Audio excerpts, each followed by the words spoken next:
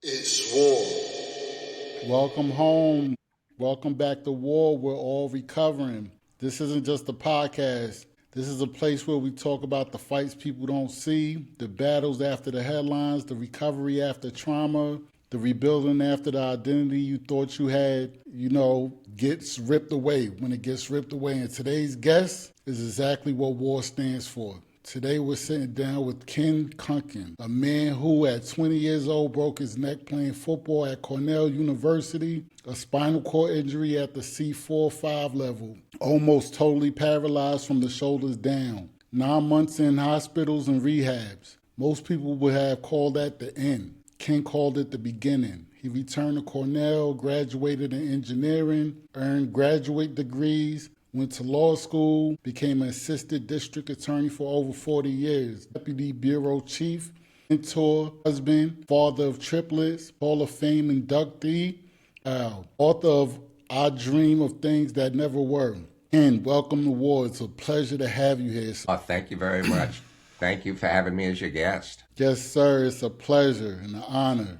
And let's start from the beginning. Take us back to that moment in 1970. You're 20 years old, junior at Cornell, football player, future ahead of you. What do you remember about that tackle?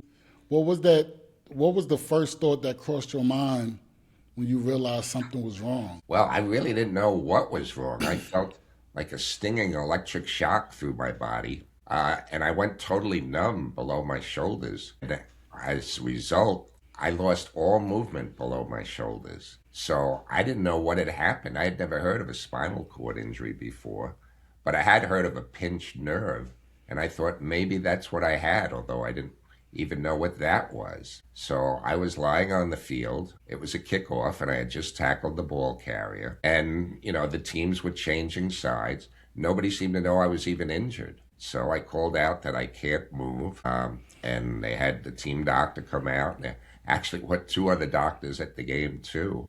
And there were three doctors standing over me, and they seemed even puzzled about what had happened. So there was not an ambulance at the game, but they called for an ambulance. They brought out a stretcher, and they put it under me to lift me up and move me off the field. And that was probably the strangest sensation I ever had, because when they lifted me off the ground, it felt like they had just lifted up my head and left the rest of my body behind. Wow. I felt as if I had been decapitated because I had no feeling below my shoulders. Wow. What hits me about that moment is how fragile identity is, like one play, 1 second, one moment in time. And the version of yourself you thought you were is gone, And I think a lot of people listening may not have broken their neck, but they've had that moment, that divorce, that diagnosis, that loss, whatever, military deployment, that mistake. That's when, the war begins. I'm so sorry that happened to you. So am I. Yes, sir. And you spent over 9 months in the hospitals and rehabs. What was harder, the physical reality or the mental one? It was both. I mean, the physical was absolutely brutal. Not only was it painful, but because I couldn't move at all, I became totally dependent on everybody else around me. But mentally, I really didn't know what was happening or taking place. And most of the medical profession didn't seem to want to tell me. They seemed to think the less the patient knew, the better. So I was kind of kept in the dark about everything that was happening to me. Did you ever have moments where you were like, I can't do this? I just gotta. Just about every moment from then on while I was in the hospital. I became so incredibly depressed. And as each day went on, even more depressed, because it was clear to me I was not improving, and I still didn't know what was happening. That's part a lot of people don't see. Recovery isn't always the inspirational quotes and stuff. It's the dark rooms, it's silence, it's grieving the person you used to be. Man, I could only imagine. And the fact that you testified before a U.S. Senate subcommittee while still a patient, that tells me something inside you refuse to, be small. Yeah, that happened 6 months after my injury. I was asked to testify before a United States Health Senate subcommittee chaired by Senator Edward Kennedy. Right, I've read that. You returned to Cornell in 1971 before the Americans with the Disabilities Act. You had to be pulled up the steps just to attend class. What did that feel like? Was that humbling, frustrating, or just fuel? Well, it was kind of all of the above. I mean, when I was injured, there was not one ramp or curb cut on the entire Cornell campus. So on my first day of classes, I had to be either pulled up or bounced down close to 100 steps just to attend my first day. And I remember coming back to the dorm that I was in, lying in bed, staring at the ceiling, thinking I must be crazy to be doing this, and pushing myself to go back to school and try and continue with my education when they had all of these barriers out. But I remember lying in bed thinking I have no plan B. I didn't know what else I would do unless I made it work while I was at Cornell. And I was actually grateful that they took me back as a student because they were not used to handling somebody in my condition as a student on their campus. I'm just visualizing all this, Ken. I just want to let you know that right there is legacy. You know, you weren't just finishing school, you were forcing systems to confront reality. You know, sometimes recovery isn't quiet, it's disruptive. And, you know, like, I'm just visualizing everything. That's just, like I said, I can only imagine. You know, that's a legacy, sir. Let me just tell you a story while I was up there. The dorm room that I was in a building that had 10 steps in front of it. And I asked the school administration if they could at least put in a ramp to my dorm so I wouldn't have to go up and down those 10 steps a few times each day. Right. And, you know, while they weren't trying to not be helpful, they just didn't understand, you know, what was involved in helping somebody with a disability. So they initially turned down my request. And they told me that in order to put in a ramp there, they would have to remove 2 bushes. And they were concerned students might protest if they removed the bushes. That was the attitude back then. And quite frankly, I understood it. This was during the Vietnam War. There were protests going on all throughout campus. I know the students would have done anything to help me and were very helpful and supportive. But I could understand the administration being concerned there might be more protests if they removed 2 bushes. That was the attitude back then. And what happened is my second semester back at school, they had a fire drill. Now, when that happened, of course, everybody has to evacuate the building. And the next day, the school administration asked me how I managed. And I told them very honestly that I was able to get out by having my attendant bounce me down the 10 steps. I felt bad because I know I slowed up the other students who were exiting. Right. Exactly. You know, within 2 weeks, they put in a ramp. They put in a ramp. It was clear to me that ramp was not for my convenience, but rather for everybody else's safety. And that was fine with me. At least now I had a ramp to use. Right. I could just see you going down the stairs and, you know, what if it was a raging fire and you had to get down quickly, you know? Like, yeah, that would have been a disaster.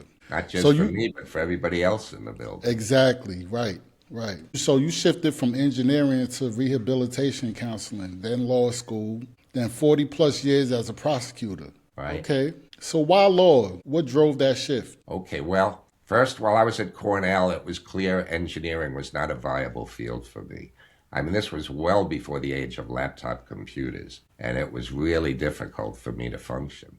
But I had a psychology professor who thought I could make a difference in people's lives by going into the field of counseling and becoming a counselor and helping others. So I did that, and I was fortunate to be employed at an organization called Abilities Incorporated, which is part of what's now called the Viscardi Center on Long Island, where we helped other individuals with disabilities. And I worked as a vocational rehabilitation counselor. And I used to speak before groups and organizations concerning affirmative action and non-discrimination with respect to people with disabilities. And often after my talks, I would be asked questions. And while I would do my best to respond appropriately, I was always careful to caution the questioners they should really consult with a lawyer about their concerns. I guess it didn't take long before I started to think, you know, there's no reason why I couldn't become that lawyer. Yes. So I left my job and went to law school at Hofstra University. That's awesome. I know Hofstra. I know exactly where Hofstra is. I've passed it many times. And I hear a lot of purpose in that. You didn't just survive, you know, you redirected. And a lot of people, you know, stay stuck. And they ask, why me? You're asking, now what? That's powerful.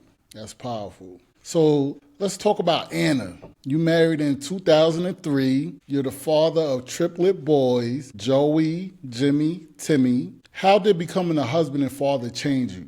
What has Anna met to your journey? Everything. It totally changed my life. Certainly helped me deal with my depression. I mean, James, I wake up every morning with a smile on my face now. I am so blessed to have my wife Anna in my life. And it originally started when Anna answered one of my ads to help me as my personal care attendant on weekends. And, you know, when I met Anna, the more I got to know her and speak with her, the more our relationship turned from, you know, attendant to a person helping me, to becoming a good friend, to becoming a great friend, to it becoming a romantic relationship, and eventually in marriage. And when we decided to get married, I said she wanted to have my baby. Now, this really seemed impossible. At the time, I'd been paralyzed for more than 30 years, and I was already in my 50s. But we looked into various options, including in vitro fertilization.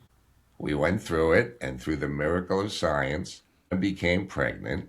And on January 24th, 2005, I was present in the delivery room. Think about this. I was in the delivery room when Anna gave birth to triplets. That is awesome. We have 3 incredible sons, Joey, Jimmy, and Timmy. They're now juniors at 3 separate colleges in upstate New York. That is awesome. We need to shoot a movie. I mean, your life seems amazing. That's awesome. I love that. They need to do a whole Netflix movie on you, everything. I love it. Thank you. Yeah, well, I've been very fortunate that I've had a lot of help along the way. Obviously from Anna and my 3 sons, but my entire family and a wonderful group of friends who have been very supportive and helped me every step of the way. That's wonderful. That's wonderful. So what kind of father did you want to be? Did your injury shape how you showed up for your sons? You know, it was really strange. After my injury, I thought I would never get married because I didn't think, you know, it would be fair to the woman. I thought it would be too limiting. And I had my family encouraging me not to feel that way, that they felt there's a lot I still had to offer and it should be the woman's choice. But then when I met Anna and we talked about having a child, I was also very skeptical. I mean, with my father, you know, we'd go out, he taught me how to throw and catch a baseball, and we did other things together. And I always thought, how could I be a father if I can't do some of these things? Well,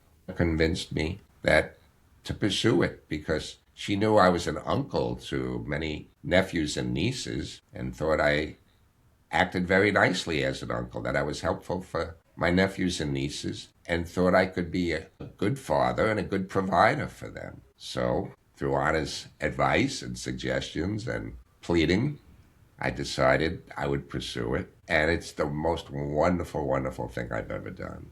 I absolutely love being my 3 children's father. I love every interaction we have. And it's been a wonderful, wonderful challenge to raise triplets. We certainly didn't plan on having triplets when they were born. Right. But we were just truly lucky. Right. Yes, that's beautiful. That part moves me. You know, career is one thing, awards is another thing, but family, you know, that's the real scoreboard. That's the best thing in life. Yes, sir. Yes, sir. And the fact that your sons graduated from the same high schools you did 55 years later, you know, that's generational impact. You know, that's rewriting the narrative. I love it. It sure is. And in fact, one of them is now a junior at Cornell, my alma mater. Yes, sir. That's amazing. Hats off to you guys. Hats off to you guys. Thank you. Yes, sir. Your memoir is titled, I Dream of Things That Never Were. Why that title? Okay.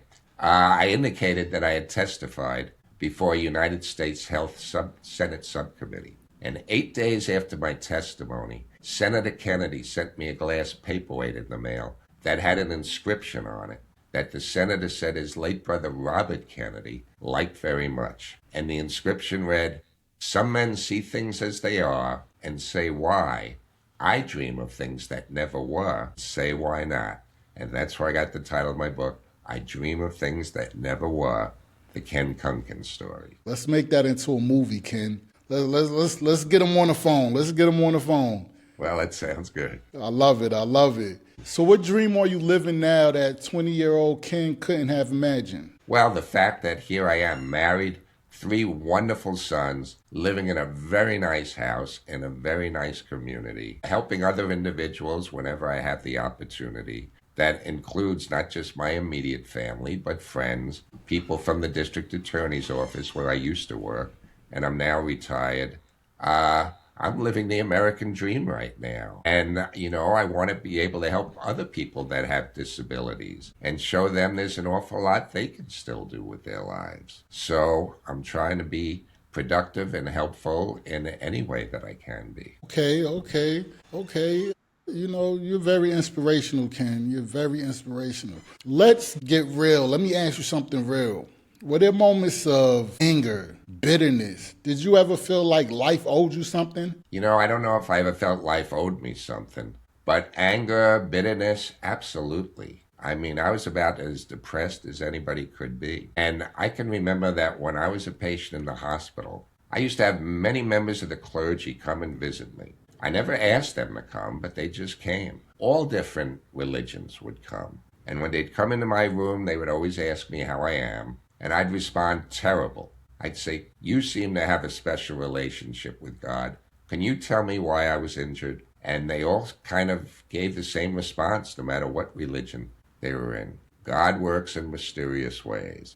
Nobody understands the workings of God. Right. But we're sure he has a plan for you in the end. Now, that didn't bring me much comfort at the time. But looking back at it now, if God's plan was that I needed to become so disabled that I would need to meet Anna and depend on her to help me, and that our relationship would develop to where we then became the father of triplet boys, I think it was a pretty good plan. Right. I always have faith that God guides each of us individually on the right path that he wants us on, and no matter how hard you try, you're going to end up there anyway. And I really believe that he does have a plan. Nobody understands it, but I really believe that. And that honesty is important because resilience isn't pretending, it's processing. It's choosing to keep moving even when you don't feel noble. So thank you for that. It's worked out well for me. Yes, sir. I could tell. And Ken, if someone listening right now feels like their life changed in a second, what would you say to them? I've been there. I know what it's like. And it has changed in a second. But it didn't end. And we're fortunate for that. There's an awful lot we can still do, no matter what our physical circumstances are. Sometimes it takes time to realize that and to regroup and make the most of what you do have in your life. Sometimes you need to make a lot of different adjustments that you never anticipated you would need to do. But never give up, never stop fighting. Sometimes you need to show people that just because something has not been done before doesn't mean you cannot do it now. Just keep hope, keep working hard, and never give up. Right. I second that. You said that very well. So Ken, what's ahead? What's the future? Well, obviously being a father of my 3 sons and enjoying helping them grow, develop, and become the best people they can be. But I'm also active in the Viscardi Center where I used to work. I'm on their board of directors. I'm on the Cornell University Council. I'm a member of the Suffolk County Rehabilitation Society, the county next to where I live, and I'm enjoying retirement as well. And just being, a family man, and a good friend to many other individuals. I'm enjoying my life. Any upcoming books, projects? Well, no more books, but, I've been the guest on a lot of different podcasts. I've been active, with these other organizations that I've mentioned, and I'm just thoroughly enjoying being a father to my 3 sons. Yes, sir. Well done. Ken, I appreciate you. Your story isn't about paralysis, it's about purpose. It's about refusing to shrink. It's about redefining strength. And that's what W.A.R is. We're not glorifying struggle. We're honoring the rebuild. Ken, thank you for coming on. To everyone watching, if this episode spoke to you, share it. Send it to someone who needs it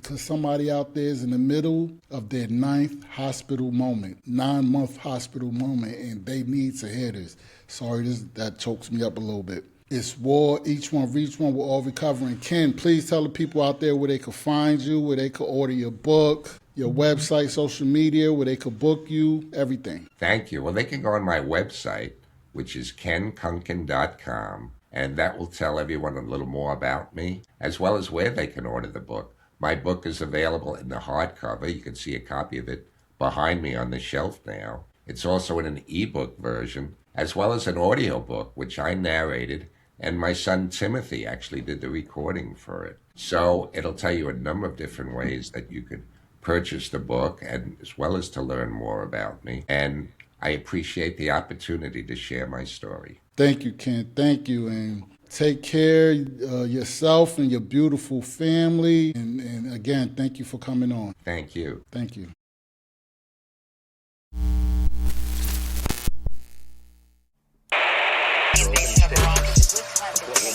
Since the war began, 3,192 U.S. troops have been killed, more than 24,000 wounded.